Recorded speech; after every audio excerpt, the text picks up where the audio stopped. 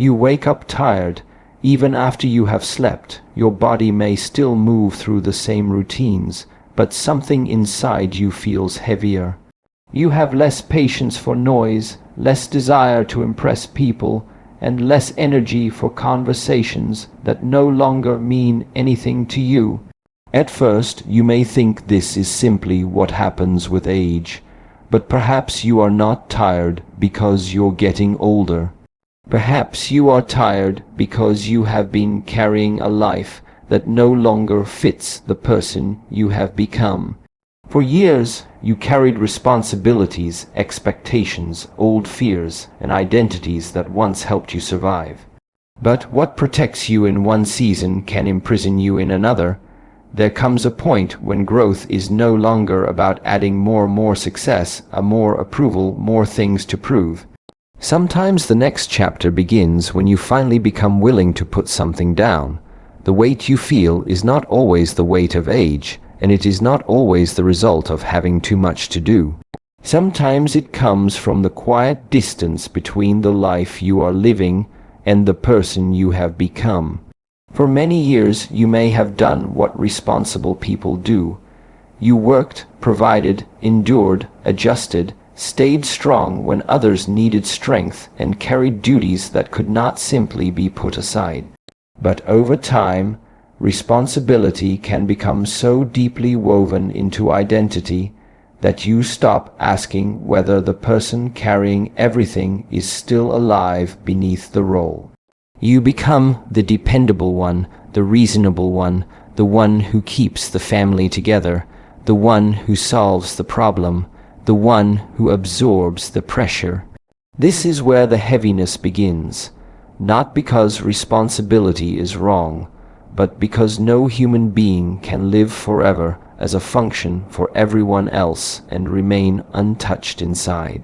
There are parts of you that may have been quiet for decades, a desire you postponed because the timing was never right, a truth you swallowed because peace seemed more important, a boundary you abandoned because someone might have been disappointed, a dream you called unrealistic because life demanded practicality. They were small sacrifices made in the name of survival, family, deity, stability, and belonging. But a life is shaped by what is repeated. One compromise becomes a pattern. One pattern becomes a character.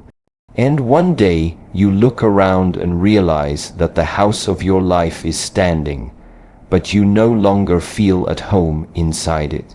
This can be difficult to admit, especially when the life you built looks respectable from the outside. You can appreciate what you have built and still recognize that something within you has been neglected. What protects a person during one season can quietly imprison that person in another. The armor that helped you endure rejection can later prevent intimacy. The silence that once kept the peace can later become the inability to speak honestly. The habit of being strong can become the shame of admitting that you are tired. This is why inner heaviness is often misunderstood. People try to solve it by adding something new, but if the foundation is cracked, polishing the rooms will not make the house feel safe. If the identity itself has become too narrow, adding more achievements only gives the old structure more weight to carry. There comes a moment when wisdom asks you to stop decorating what no longer fits and begin examining what it was built upon. Whose voice do you hear when you tell yourself that rest is laziness, that change is selfish, that it is too late to begin again, that you must remain the person everyone already understands? Many of the rules that govern your life were never consciously chosen. They were inherited. They came from parents carrying their own fears, from communities that rewarded conformity, from workplaces that measured worth through productivity, from relationships that became comfortable only when you stayed predictable. Over time, these voices became so familiar that they began to sound like your own. That is the danger of a borrowed identity. It feels like personality. It feels like this is simply who I am. But the deeper self is not always the loudest voice. Often it is the one you have ignored because listening to it would require change. It speaks through restlessness. It speaks through exhaustion that sleep does not fully repair. It speaks through the strange sadness that can appear even when nothing is obviously wrong. These signals are not always signs that your life is falling apart. Sometimes they are signs that something within you is refusing to remain buried. The discomfort may be asking for honesty, not escape. It may be asking you to look beneath the roles, beneath the history, beneath the expectations, and see what remains when you are no longer performing the person you learned to be. This is not a call to destroy everything you have built. It is a call to stop confusing the structure of your life with the truth of your identity. You do not need to reject your past in order to outgrow parts of it. Blame keeps you attached to what happened. Awareness allows you to learn from it. The first movement is simpler and more difficult. You must become willing to see clearly. You must notice where your life feels heavy, where your words no longer match your truth, where your habits continue only because they are familiar, where you are still asking permission to become someone more honest. This kind of seeing can feel uncomfortable because once you see the crack in the foundation, you cannot return completely to pretending it is not there. But that discomfort is not the end of the path. It is the beginning of a more truthful one. Before anything new can be built, you must recognize what has become too small to contain you. Before freedom can feel natural, you must see the old shape you have been forcing yourself to occupy. And before you can hear the quieter voice beneath years of duty and expectation, you must become willing to loosen the identity that has been wrapped around you for so long. The next step is not to fight that old identity and not to hate the person who needed it. The next step is to understand that a skin can protect you for a season and still need to be shed when the season has changed. A skin can protect you for a season and still need to be shed when the season has changed. The difficulty is that most people do not recognize the old skin as something separate from themselves. They have worn it for so long that it feels like identity. The cautious person says this is simply who I am. The person who avoids conflict says I have always been this way. The person who constantly puts others first calls it kindness even when resentment has begun to grow underneath.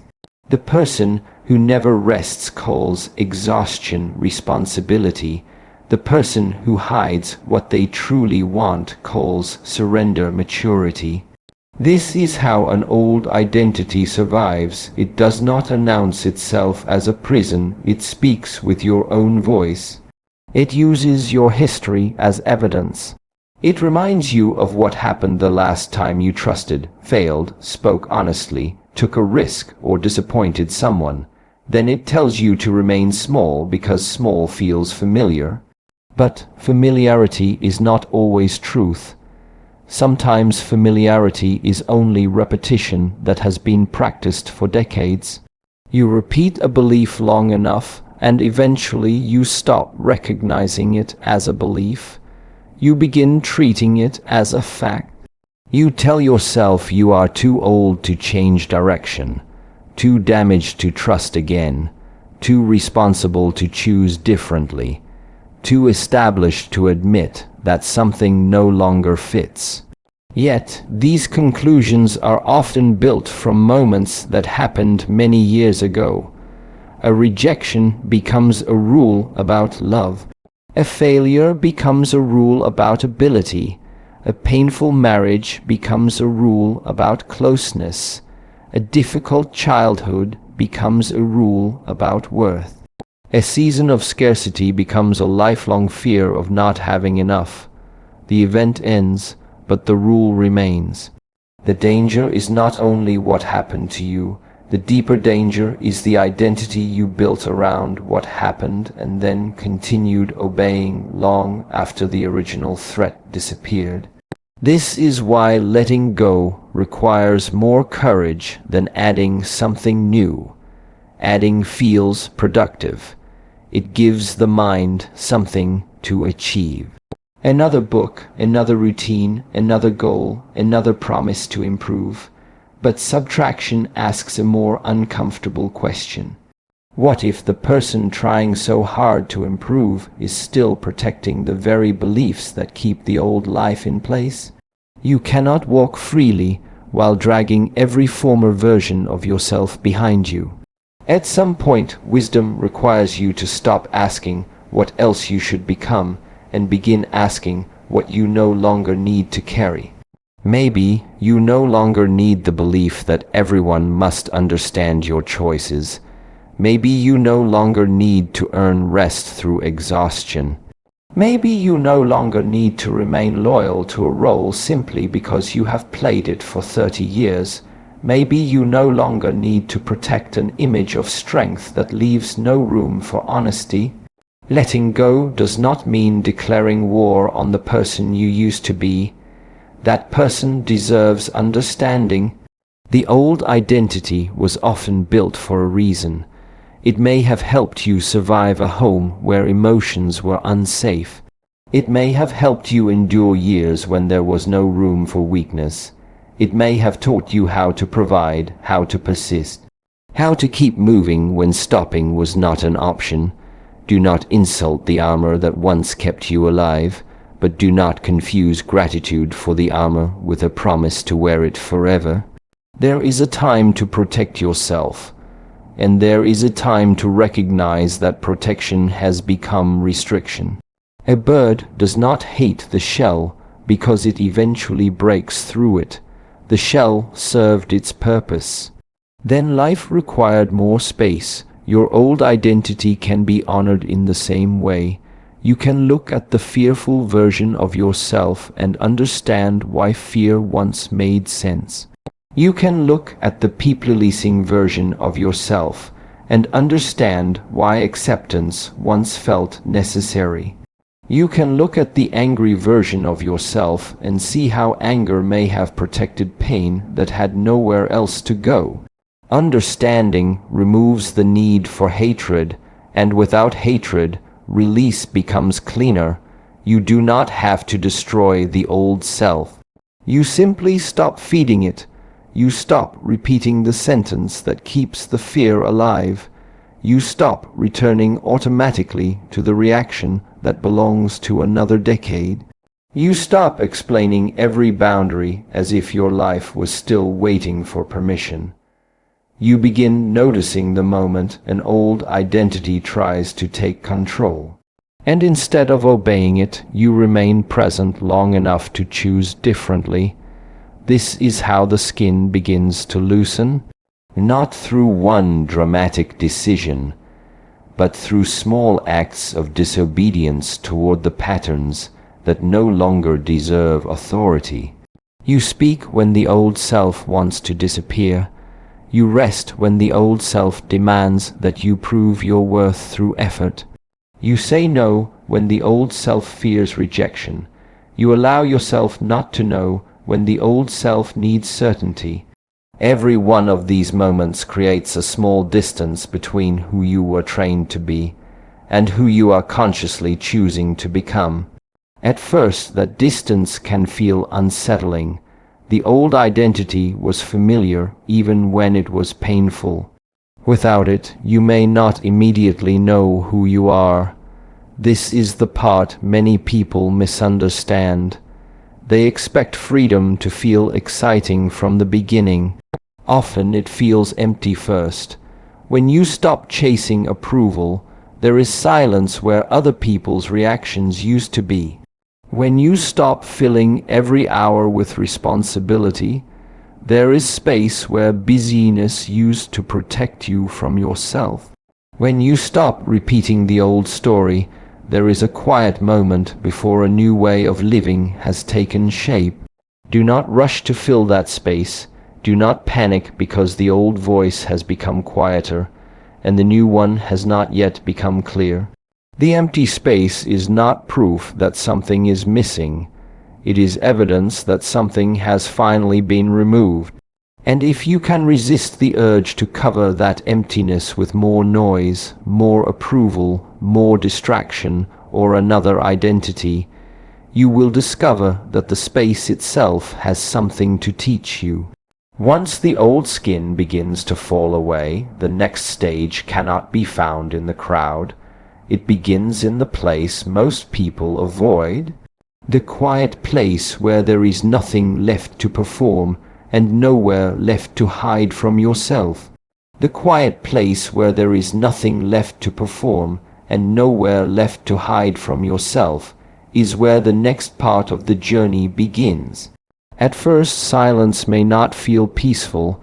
It may feel uncomfortable, empty, even strangely threatening. For years, you may have filled every open space with movement, responsibility, television, conversion, work, news, iron, music, or the small distractions that make it possible to avoid being fully alone with your own mind. The noise may have changed over the decades, but its purpose often remained the same. It kept you occupied enough that deeper questions did not have to be answered. When the noise finally becomes quieter, those questions begin to rise. What am I still carrying? What have I been avoiding? What do I actually want now? What part of my life is still being lived from fear? These questions can feel heavier than the noise you use to escape them, and this is why many people turn back at the gate of silence. They reach for the phone, turn on the television, find someone to call, create another task, or begin worrying about something that gives the mind a familiar problem to solve. Busyness feels safer than stillness because busyness keeps your attention pointed outward. Silence turns the attention inward. And once the attention turns inward, you begin to see how much activity was never truly necessary. It was simply protection from yourself. Solitude must be understood correctly. It is not isolation from life, and it is not the rejection of people. It is the practice of becoming present enough that you no longer need constant company to protect you from your own thoughts. There is a difference between being alone and being abandoned. One is a condition. The other is a story the mind creates around that condition. A person can sit in a crowded room and feel deeply abandoned, and another person can sit alone in complete silence and feel whole. The difference is not the number of people nearby. The difference is whether you have learned how to remain in your own presence without immediately trying to escape it. This becomes increasingly important as life changes. Children grow older, careers slow down or end. Relationships change, familiar roles become smaller, and the identity built around being needed may begin to loosen. If your entire sense of worth came from being useful to others, quiet can feel like disappearance. If your value depended on being constantly occupied, rest can feel like failure. If your identity depended on being surrounded by people who reflected a familiar version of you, solitude can feel like losing yourself. But this is exactly why silence becomes a gate. It separates the identity that required constant reinforcement from the deeper self that can exist without an audience. When you sit quietly, you begin to notice how quickly the mind tries to create movement. It revisits old conversations. It imagines future problems. It remembers someone who hurt you 20 years ago. It rehearses explanations you may never need to give. It creates urgency where there is none. Do not be surprised by this. The mind has been trained by repetition, and a mind trained to chase noise will not become still simply because the room becomes quiet. Silence is not the absence of thought. It is the space in which you learn that thought does not always require obedience. You can notice a memory without following it for the next hour. You can feel regret without turning the entire past into a courtroom. You can feel loneliness without calling someone who repeatedly disturbs your peace. You can feel uncertainty without demanding an immediate answer. This is the beginning of inner discipline, not controlling every thought, but refusing to let every thought control your direction. At first, the practice can be simple. Sit without reaching for stimulation. Walk without filling your ears. Drink your morning coffee before opening the door to the entire world. Let 5 quiet minutes remain. 5 quiet minutes. Notice the urge to escape and do not immediately obey it. The purpose is not to become impressive at meditation or to create another identity around being spiritual. The purpose is to recover the ability to be with yourself without needing distraction as a form of rescue. Over time, the silence becomes less empty. You begin to hear things that noise had covered. You notice when your body tightens around certain memories. You notice which names still disturb your breathing. You notice which fears have been quietly making decisions for you. You notice how much of your inner conversation is built from voices that do not belong to you. Some of these discoveries will be peaceful, others will not. Silence does not promise comfort. It offers clarity, and clarity can be uncomfortable because it removes the stories that allowed you to remain unchanged. You may see that a relationship has been draining you for years. You may see that your anger is protecting grief. You may see that your need to control everything is rooted in fear. You may see that the person you blame for your unhappiness has been gone for a long time. While the argument continues inside your own mind, this is why solitude becomes training. It gives you a place to observe without immediately reacting. In ordinary life, emotion moves quickly into action. Someone disappoints you and you speak. Fear rises and you retreat.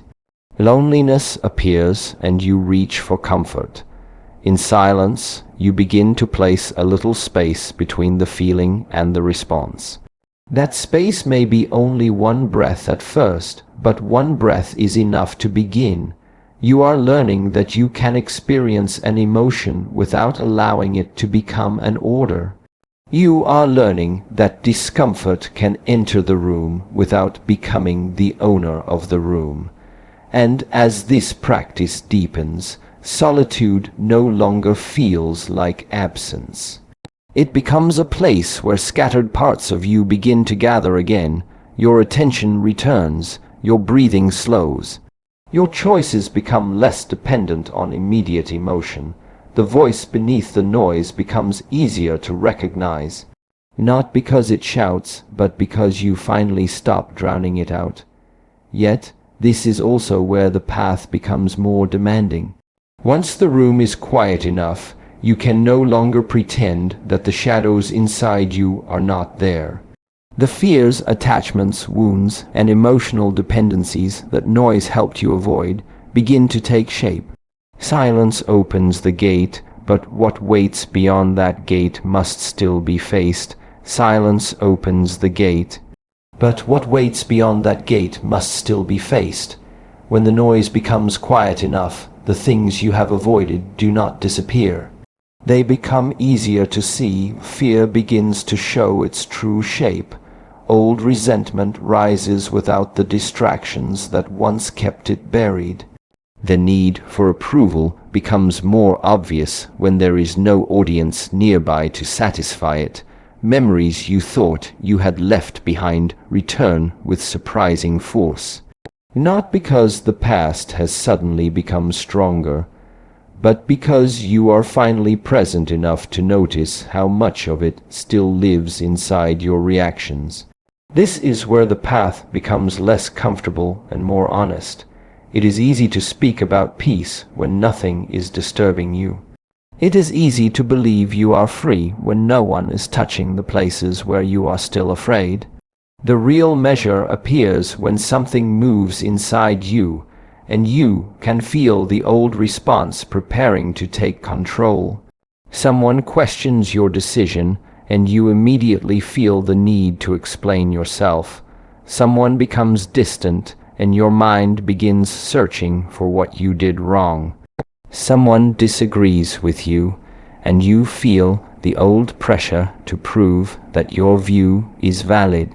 A plan changes and anxiety rises because part of you still believes safety depends on knowing what comes next. These reactions may happen quickly, but they are not random. They are old patterns protecting old wounds. The mistake is to believe that because a feeling is strong, it must be obeyed. Fear can be intense and still be wrong about what you should do. Anger can be powerful and still lead you away from your values. Loneliness can feel unbearable and still not be a reason to return to a relationship that repeatedly weakens you. Emotion deserves to be felt, but feeling is not the same as surrendering command. This is one of the deepest forms of inner freedom.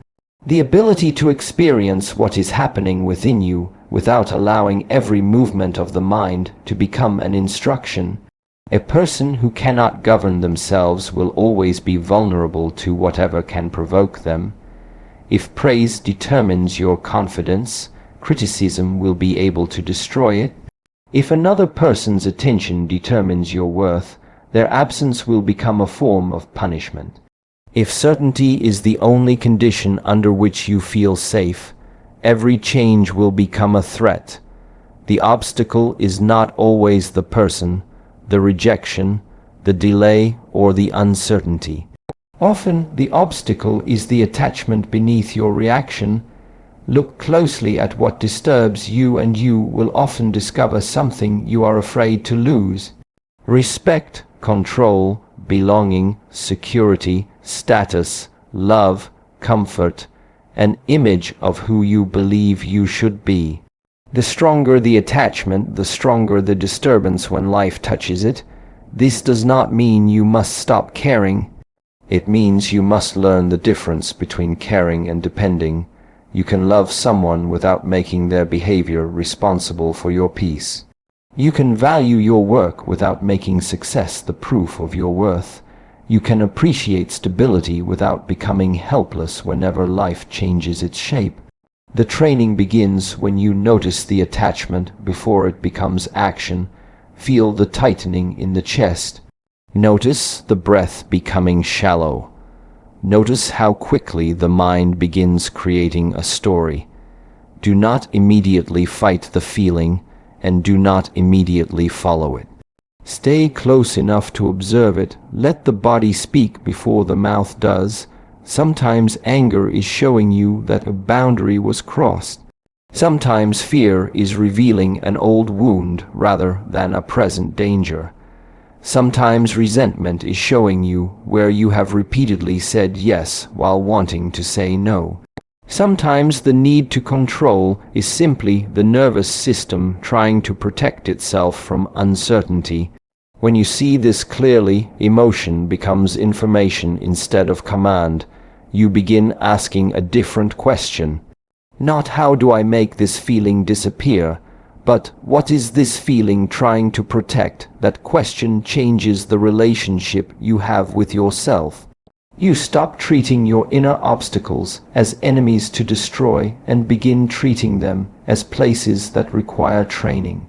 A warrior does not become skilled by pretending weakness is absent. Skill begins with knowing exactly where balance is lost. Your triggers reveal where balance is still fragile. Your repeated arguments reveal where pride is still easily recruited. Your need to be understood reveals where approval still has influence. Your inability to sit with uncertainty reveals where control has been confused with safety. None of this requires shame. Shame only adds another layer of resistance. What is required is responsibility. You may not have chosen every wound you carry, but you must decide whether the wound continues choosing your behavior. You may not have created every fear that entered your life, but you can decide whether fear continues sitting at the head of the table. This is where the years you have lived can become an advantage rather than a burden. You have enough history now to recognize patterns. You have seen what happens when anger speaks too quickly. You have seen what happens when fear makes a permanent decision from a temporary moment. You have seen the cost of staying too long, explaining too much, giving too much access, and ignoring what your own body was trying to tell you. Wisdom is not having no scars. Wisdom is refusing to waste the lessons the scars contain. The next time an old reaction rises, create one small space before you move. Breathe once, feel your feet, let the first wave pass through the body, then ask whether the response you are about to choose belongs to the person you were or the person you are becoming. This single pause can interrupt decades of repetition. Not every time at first and not perfectly, but enough to begin changing the direction of your life. Slowly, the old obstacles lose some of their authority. Fear may still speak, but it no longer receives the final decision. Anger may still but it no longer automatically becomes your voice. Loneliness may still visit, but it no longer decides whom you allow back into your life.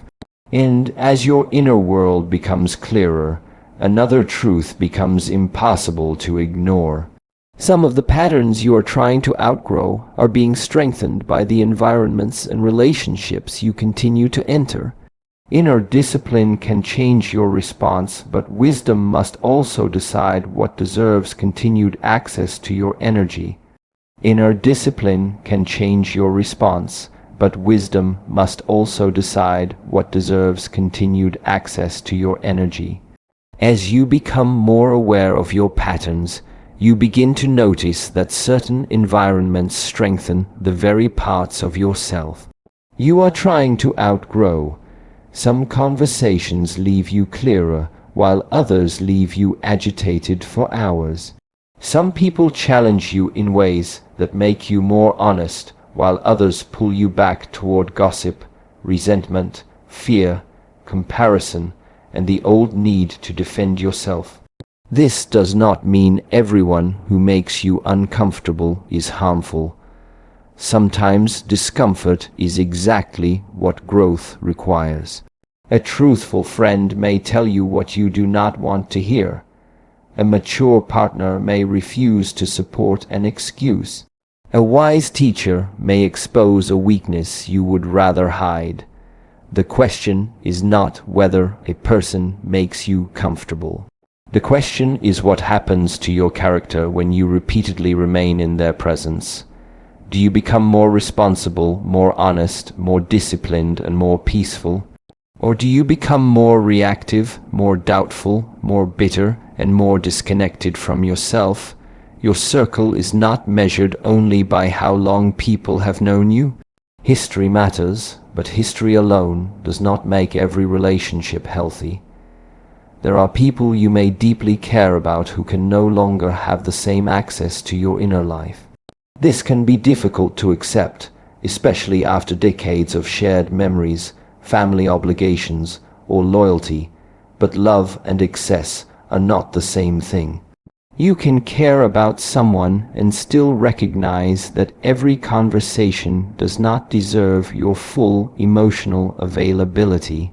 You can wish someone well without allowing their chaos to become the atmosphere of your home. You can understand the wounds behind their behavior without volunteering your nervous system as the place where those wounds are repeatedly expressed. This is not cruelty, it is discernment. For much of life, you may have believed that being a good person meant always being available, always listening, always helping, always giving another chance, but generosity without boundaries eventually becomes exhaustion. Compassion without wisdom can become permission for patterns that harm both people. There comes a point when your peace must stop being treated as something endlessly negotiable. A boundary is not a wall built from hatred. It is a gate governed by awareness. A wall says that no one can enter. A gate says that entry requires respect. This distinction matters. You do not need to become suspicious of everyone in order to protect your energy. You need to become more conscious about what you repeatedly allow close to you. Notice what happens after certain interactions. Does your body become tense? Does your mind begin replaying arguments? Do you suddenly doubt decisions that were clear before the conversation? Do you feel pressured to return to a version of yourself that you have already outgrown? These signals deserve attention. Sometimes the relationship is not openly abusive or dramatic. Sometimes it is simply built around an old agreement that no longer fits. You were the one who always rescued. You were the one who never said no. You were the one who absorbed the complaint. You were the one who remained quiet so everyone else could stay comfortable. When you begin changing your part in that agreement, other people may resist. They may say you have changed, and they will be correct. Growth changes the terms under which you participate in your own life. Some people will adjust and meet you with greater respect. Others will try to pull you back because the old version of you was easier for them to understand, easier to predict, or easier to use. Do not immediately turn their resistance into proof that they are bad people. People often resist change because change threatens familiarity. But their discomfort does not require you to abandon your direction. You can remain calm, speak clearly, and let your consistency teach what explanations cannot. The same discernment must be applied beyond relationships. Your environment includes what you watch, what you read, what you listen to, what you allow into the first hour of your morning, and what you carry into the final hour before sleep. Energy is not drained only through difficult people. It is also scattered through endless information. Comparison and stimulation. A mind that consumes conflict all day will eventually begin to carry conflict even in a quiet room. A person who begins every morning with other people's opinions gives away the cleanest part of their attention before their own direction has had a chance to form. Protecting your circle, therefore, means protecting the doors through which the world enters your mind. This does not require retreating from society. It requires refusing unconscious access. You do not have to answer every message immediately. You do not have to attend every argument. You do not have to carry every family conflict because someone has decided you are the person who always fixes things. You do not have to remain connected to every voice simply because technology makes that connection possible. Space is not rejection. Sometimes space is what allows respect to return. Sometimes distance reveals which relationships were built on genuine connection and which were built only on constant access. As your circle becomes cleaner, something subtle begins to happen. You recover energy that was previously spent managing reactions, anticipating conflict, explaining yourself, and repairing emotional disorder that was never entirely yours. That energy can finally return to your body, your work, your relationships that matter, and the quiet commitments you have been postponing. But an empty space does not automatically become a strong life. Removing what weakens you is only half the work. Once the noise is reduced, once the gate is protected, once your attention is no longer being pulled in every direction, you must decide what will occupy the space that remains. Otherwise, old habits will eventually return and reclaim it. This is where the path moves from protection into practice. A clean circle gives you room, but only disciplined repetition can give that room structure, and the next stage is where insight must become something far more demanding. A way of living that continues even on the days when inspiration is nowhere to be found. A way of living that continues even on the days when inspiration is nowhere to be found, is where discipline begins to reveal its true value. Most people have experienced motivation. It arrives with energy, clarity, and the feeling that change is finally possible. For a few days, you wake earlier, eat better, move your body, read, organize your life, and make promises about the person you are going to become. Then an ordinary morning arrives, you slept poorly, your body feels heavy, the weather is unpleasant. Someone disappoints you, the excitement is gone. This is the moment that matters more than the inspired beginning, because the quality of your life is shaped less by what you do when you feel powerful and more by what you continue doing when feeling disappears. This is the deeper meaning of Kung Fu. It is not a sudden display of strength. It is skill earned through time and repeated effort. A movement becomes natural because it has been practiced thousands of times. A calm response becomes possible because restraint has been practiced before the difficult moment arrives. A disciplined life is built in the same way.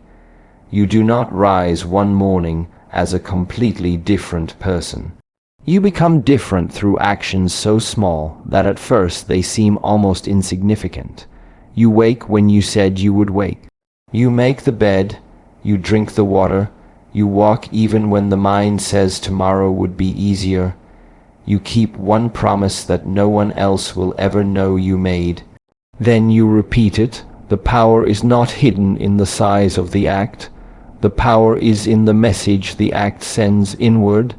Every time you keep a promise to yourself, you strengthen trust in your own word. Every time you abandon a commitment because your mood changed, you teach yourself that your intentions can be negotiated. Over years, these small negotiations become character. This is why discipline is not punishment. Punishment says that you are not good enough and must suffer until you become worthy. Discipline says that your life matters enough to be guided rather than left to impulse. There is dignity in this kind of structure. You do not brush your teeth because you wake each morning inspired by dental health. You do it because the action has become part of the order of your life. Many of the practices that protect your mind can become just as ordinary. A quiet morning, a daily walk, a simple meal, a few pages of reading, 10 minutes without a screen, going to bed at a reasonable hour, speaking carefully when anger rises. These things may not look dramatic enough to impress anyone, and that is precisely why they are powerful. They are not performances, they are training. The mind often rejects simple practice because the ego wants transformation to feel important. It wants the new program, the perfect method, the dramatic turning point. But the river does not carve stone through one moment of force. It changes the stone because it keeps returning. Your habits work in the same way. What you repeat becomes easier to repeat. What you practice becomes more available under pressure. If you practice distraction every time discomfort appears, distraction becomes your reflex. If you practice patience when discomfort appears, patience begins to become available without a long internal argument. You are always training something. Even when you believe you are doing nothing, the question is whether your daily repetition is training the person you want to become or strengthening the patterns you are trying to leave behind. This is why your practice must be simple enough to survive ordinary life. Do not build a routine that only works when you have perfect energy, perfect health, perfect weather, and no unexpected responsibilities.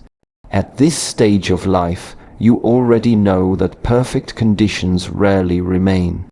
Bodies change, families need attention, plans are interrupted, energy rises and falls, discipline must bend without breaking. On a strong day, you may walk for an hour.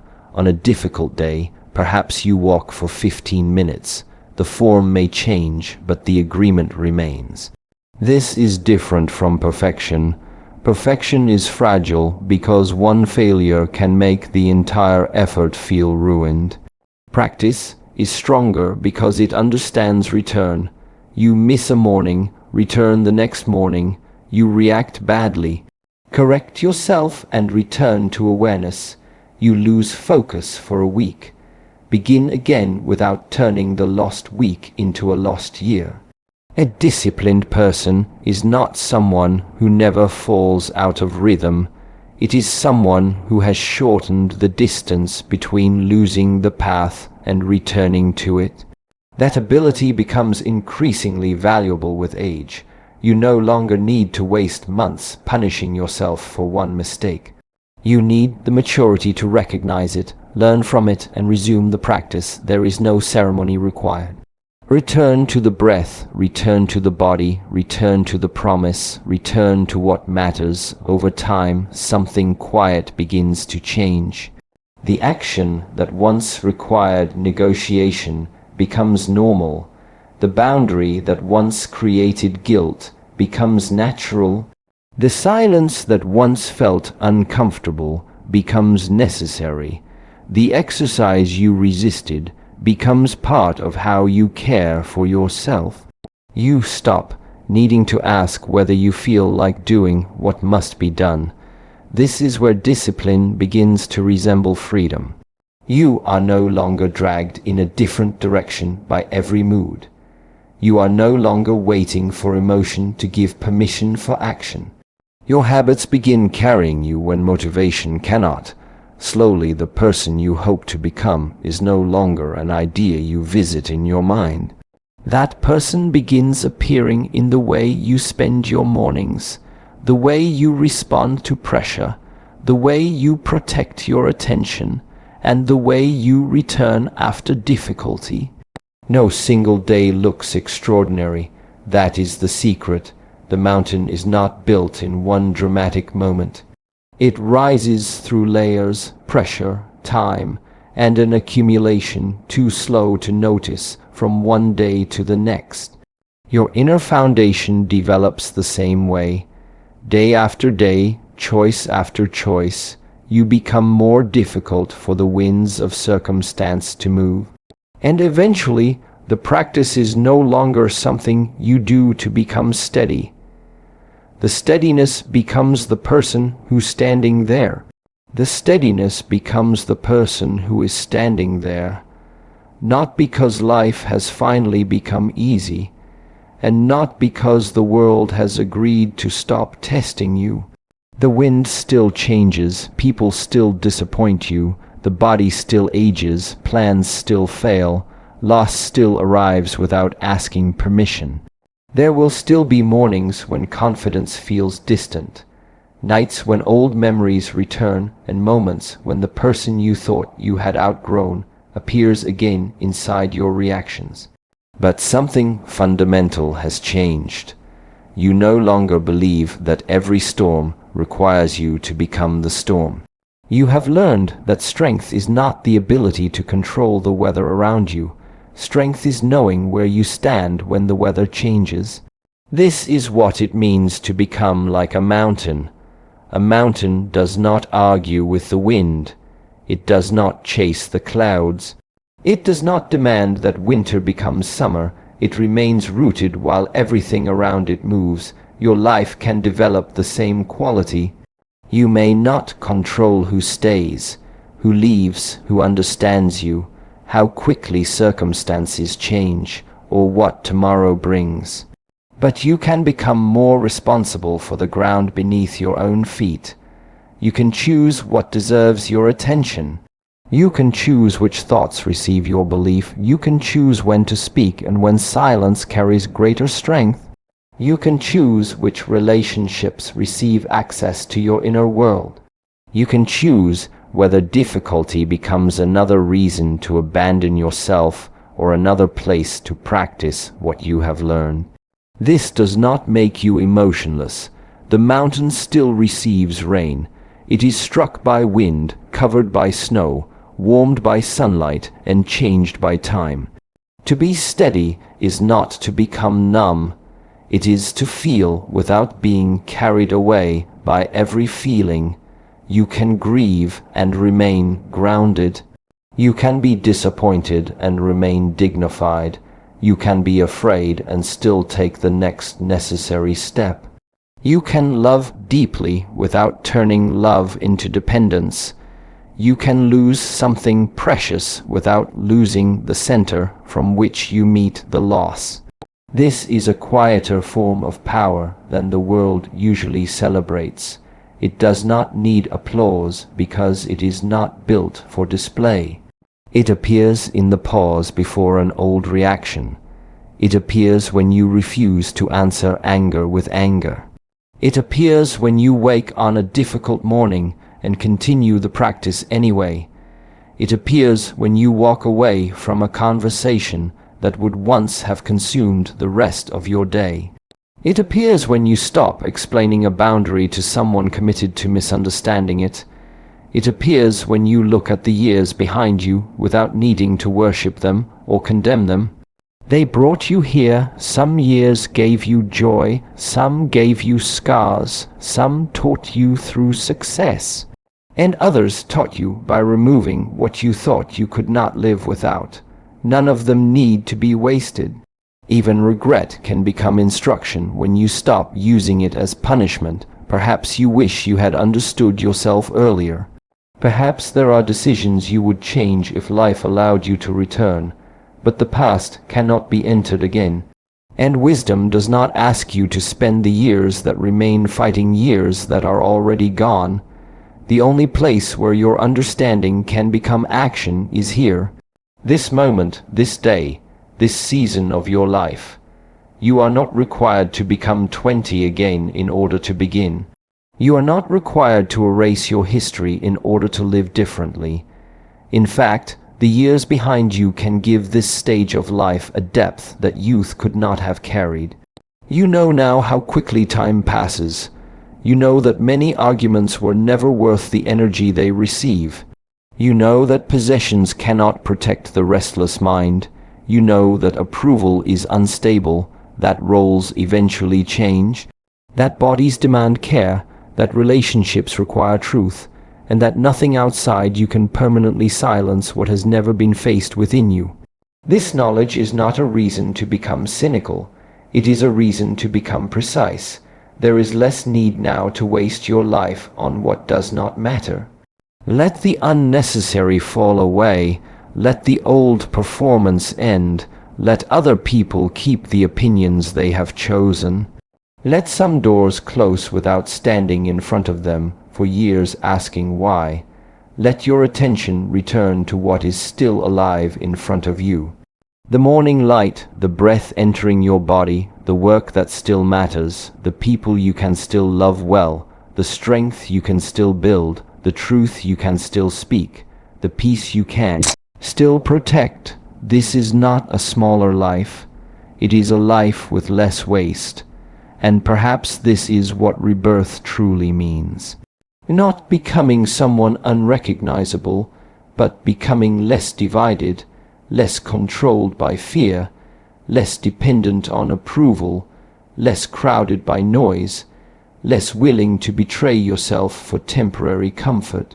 The transformation is not complete because transformation is never complete. The mountain itself is still being shaped. Wind moves across it, seasons leave their marks, yet beneath those changes there is structure, there are roots deeper than the weather. Your practice can become those roots. Every morning is another opportunity to strengthen them. Every difficult person is another opportunity to practice restraint. Every uncertainty is another opportunity to release control. Every disappointment is another opportunity to return to what is yours to govern. Every success is another opportunity to remain humble. Life does not stop becoming difficult after you become disciplined. Difficulty simply stops having the same authority over who you become. That is the difference. You no longer need the road to be smooth before you can walk with peace. The obstacle becomes part of the path. The wind becomes part of the training. The storm becomes another place to discover whether your roots are real. So, when tomorrow arrives, do not ask whether you have finally become the person you were meant to be. Ask a simpler question: what will I practice today? Then stand where you are, breathe, choose carefully, and take the next step. You do not need to conquer the whole mountain. You need to become steady enough to continue climbing, and one day, without ceremony, you may realize that the strength you spent years searching for was never waiting at the top. It was being built within you with every